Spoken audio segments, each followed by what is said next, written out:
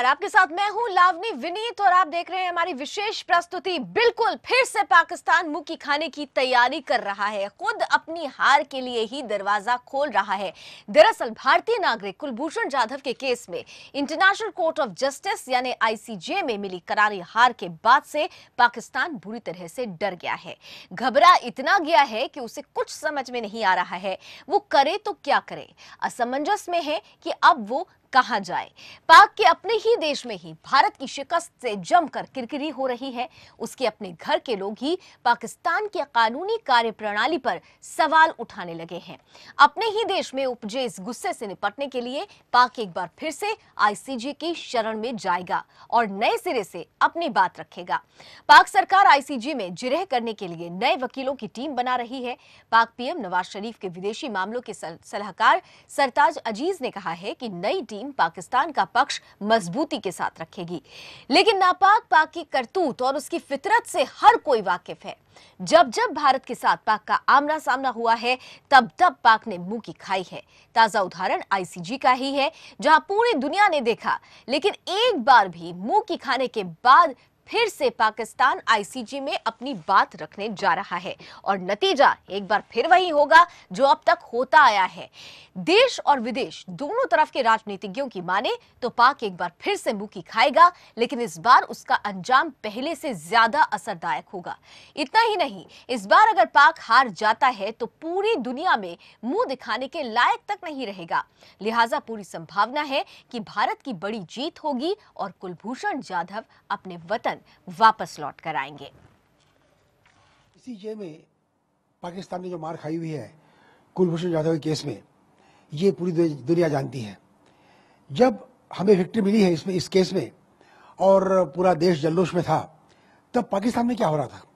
वहां पर पाकिस्तान के लोग चिल्ला रहे थे कि नवाज शरीफ ने ये केस ठीक नहीं बनाई है, बहुत कमजोर बनाई हुई है और जिसके लिए पाकिस्तान को मुंह की खानी पड़ी हुई है।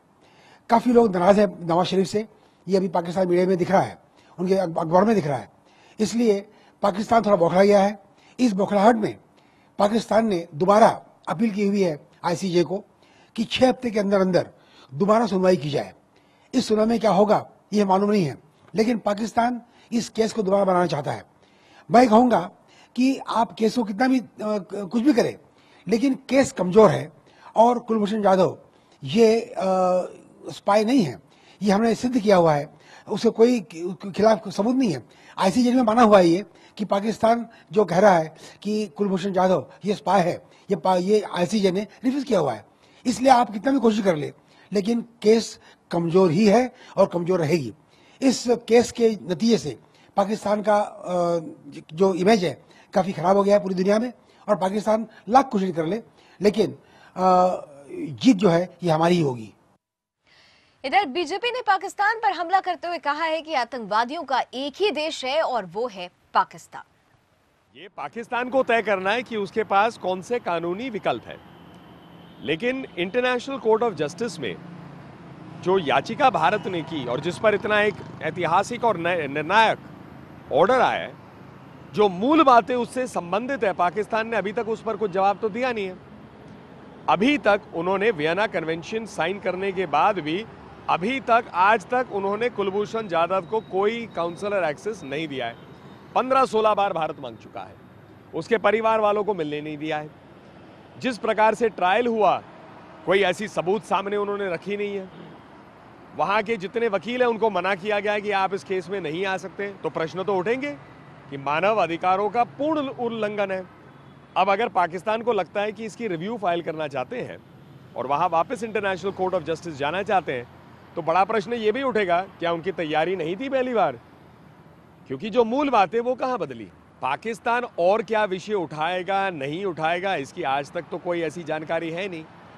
जब अगर यदि कभी वो कोई उठाते हैं तो उसका पूरा सामना भारत करेगा। और इस बात को नहीं भूलना चाहिए कि पाकिस्तान जितना अंतर्राष्ट्रीय स्तर पर जाएगा, मुझे लगता है उसमें यही संदेश मिलेगा कि पाकिस्तान चाहता है, उसकी तारीफ हो कि वो आतंकवाद को प्रोत्साहित करते हैं, आतंकवादियों को अपने यहाँ शरण देते हैं, आतंकवादी वहां पर खुलेआम सरेआम घूम सकते हैं। तो पाकिस्तान भले ही दोबारा आईसीजे में जाने की तैयारी कर रहा हो, लेकिन पाक भी ये जानता है, समझता है कि भारत ने जिस मजबूती के साथ अपना पक्ष रखा है, एक बार फिर से भारत उसी मजबूती को दिखाएगा और पाकिस्तान को एक बार फिर से मुंह की खानी पड़ेगी। फिलहाल एक छोटा सा ब्रेक के उस पार भी हमारी विशेष प्रस्तुति जारी है।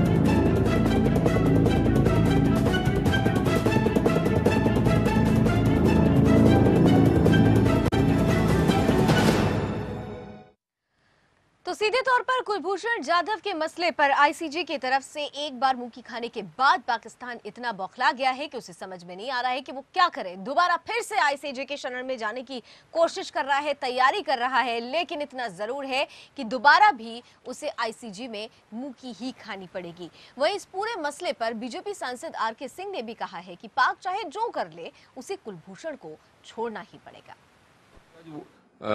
कोई फर्क नहीं करा पाएंगे, इसलिए कि जो भी आर्ग्यूमेंट्स देने होते हैं वो तो काउंसिल देते ही है, और जो भी फैसला होता है तो वो तो सभी जजेस मिल विचार करके करते हैं। तो कोई एक जज बाकी जजेस के फैसले को ओवरटर्न कर सके इतने बड़े बेंच में, वो हमको नहीं लगता है कि संभव है। तो इससे कोई फर्क नहीं पड़ने वाला। ये सब पाकिस्तान का सिर्फ डिलेइंग टैक्टिक्स है, लेकिन इसमें एक हम लोगों को अपॉर्चुनिटी देता है। जिस व्यक्ति के बारे में सुनवाई चल रही है, न्यायालय पाकिस्तान से कहे कि पहले उसके वर्तमान स्थिति के संबंध में न्यायालय को सूचित करे और हम लोग को सूचित करे, दुनिया को सूचित करे, वो जिंदा है भी कि नहीं, उसका क्या स्वास्थ्य का कंडीशन है, ये हमको कहने का मौका मिल गया। और इस बीच इस पूरी खबर को थोड़ा तफसील से समझते हैं। हमारे साथ इस वक्त जाने माने रक्षा विशेषज्ञ retired major general SP Sinha साहब जुड़ रहे हैं। एसपी सिन्हा साहब, आपका बहुत बहुत स्वागत है सुदर्शन न्यूज में। और सवाल सीधा सीधा है, मुस्कुराहट इसलिए है क्योंकि पाकिस्तान की इस फितरत पर हंसी आती है। एक बार हार चुका है, एक बार मुंह की खा चुका है और फिर अपनी ही बेइज्जती कराने के लिए दोबारा आईसीजे की शरण में जा रहा है। आपको क्या लग रहा है, पाकिस्तान आखिर इस कदम के साथ क्या मैसेज देने की कोशिश कर रहा है, जबकि वो भी समझ रहा होगा कि उसे जीत नहीं मिलने वाली है? देखिए, कानूनी दृष्टिकोण से राइट ऑफ अपील जो है दो कंटीजेंसी, दो हालात में किया जा सकता है। एक, क्या इसको जो फैसला किया गया आईसीजे ने, इसको इंटरिम ऑर्डर माना जाए, या जो केस चल रहा है उसको पेंडिंग केस माना जाए। यदि पेंडिंग केस माना जाता है तो पाकिस्तान को कानूनी तरीके से हक बनता है राइट ऑफ अपील। लेकिन राइट ऑफ अपील में भी एक दृष्टिकोण है कि पाकिस्तान को यदि नया कोई एविडेंस है, नया सबूत है, कोई नया तर्क है, तब तो बात बनती है। यदि पुराने तर्क को दोहराना है तो आईसीजे रिजेक्ट कर देगा।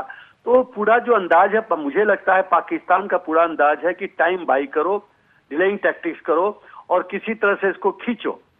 तो आईसीजे में सब बहुत बुद्धिमान जजेस हैं। हमको नहीं लगता है कि पाकिस्तान की इस चाल से वो बहुत प्रभावित होंगे और धीरे धीरे पाकिस्तान का और गंदा चेहरा सामने आता जाएगा। और मुझे सिर्फ एक बात का यह है कि हमको चाहिए, हमारे काउंसिल को, मिस्टर साल्वे को, कि कोर्ट को बोलें कि जो एक्चुअली एक्यूज्ड है उसको आईसीजे में प्रोड्यूस किया जाए और जो उसके साथ टॉर्चर कैसे हुआ है, कैसे कोर्स किया गया है, एविडेंस लिया गया है, उसको उसका कन्विक्शन लिया गया है, इस सब पे थोड़ा सा पेश हो। इसका दो फायदा होगा, यकीन हो जाएगा कि कमांडर जाधव जिंदा हैं।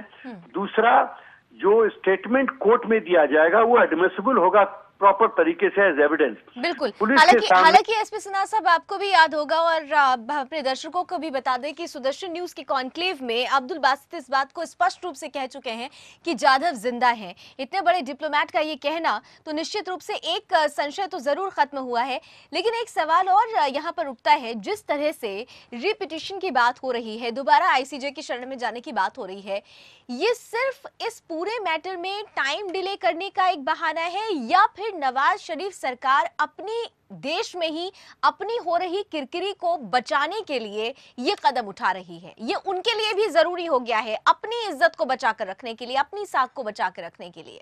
रावनी जी, आप मिस्टर बाशिद के वक्तव्य पे विश्वास मत कीजिए। वो देश जो बोलता है उसामा बिन लादेन पाकिस्तान में है ही नहीं, और जब अबोटाबाद में उसकी मौत होती है तब वो उसको समझ में नहीं आता क्या बोला जाए। वो पाकिस्तान जो बोलता है कि दाऊद उसके देश में नहीं है, और सभी को पता है कि 6 एड्रेसेस उसके थे, तो इस पाकिस्तान रोग स्टेट का जो डबल चरित्र है उस पे एक हाई कमिश्नर के वक्तव्य पे यदि हम विश्वास करते हैं तो हम बहुत बड़ी भूल कर रहे हैं। दूसरी बात है कि कहीं ना कहीं मुझे शंका लगता है कि, शंका क्या, विश्वास है कि नवाज शरीफ और पाकिस्तान मिलिट्री दोनों का विचारधारा कमांडर जाधव के केस में नहीं मिलता है, तो दोनों में डिफरेंस ऑफ ओपिनियन है। लेकिन आर्मी एक्चुअल पावर सेंटर है, तो डिक्टेट करके उसको जो एक्शन लेना था उसने एक्शन लिया। लेकिन सच ये है कि इंटरनल पॉलिटिक्स भी नया नया शेप ले रही है, तो नए नए पैंतरे खेले जा रहे हैं शरीफ के द्वारा और पाकिस्तान मिलिट्री के द्वारा। तो ये भी चीज है कि यदि डिलेइंग टैक्टिक्स होता है तो पाकिस्तान देखती है कि टाइम बाई करने से देखें हमको क्या फायदा हो सकता है, तो इसका दूसरा स्वरूप है। जी, लेकिन इतना जरूर है कि पाकिस्तान ये भी समझ रहा है कि भले ही वो दोबारा आईसीजे की शरण में जा रहा हो, भारत ने अपनी पक्ष को मजबूती के साथ रखा है और भारत पूरी तरीके से आगे भी अपने पक्ष को मजबूती के साथ रखते हुए पाकिस्तान को एक बार फिर से मुंह की खानी ही पड़ेगी। भारत के जरिए उसे फिर से हार का सामना करना ही पड़ेगा। बहुत बहुत शुक्रिया एसपी सिन्हा साहब हमारे साथ जुड़ने के लिए और अपनी महत्वपूर्ण बातें हमारे बीच रखने के लिए। फिलहाल एक छोटा सा ब्रेक लेते हैं, ब्रेक के उस पार भी प्रस्तुति जारी।